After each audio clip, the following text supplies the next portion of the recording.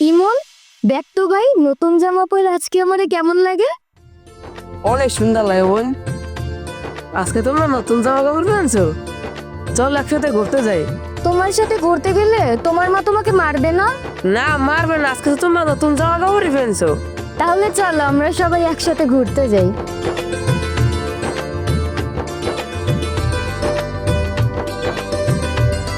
আতিক, তোরে নিষেধ করি না, এই ফকির নিয়ে ভিখারি বাচ্চাদের সাথে কখনো মিশবি না। মা, ওরা তো আজকে নতুন জামা কাপড় পেনছে। যতই ওরা নতুন জামা কাপড় পরুক, ছোট লোক তো ছোট লোকই, ছোট লোকের সাথে কখনোই মিশবি না। এরপর যদি দেখি তোরে মিশতে, তাহলে তোর হাত পা ভাঙিয়ে দিব। কি হয়েছে? তুমি ওই বাচ্চাদের সাথে তোর সিলি করো কা? সবই তো তোমার জন্যই হইছে। আমি আবার কি করলাম? তুমি যদি বাচ্চারা নিয়ে যাইতা ঘুরতে, তাহলে তাই ছোট লোকের সাথে মিশতো না।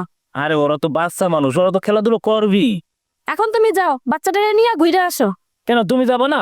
না, আমার শরীরটাও তো ভালো না, আমি এখন যাবো না। আচ্ছা ঠিক আছে, চলো।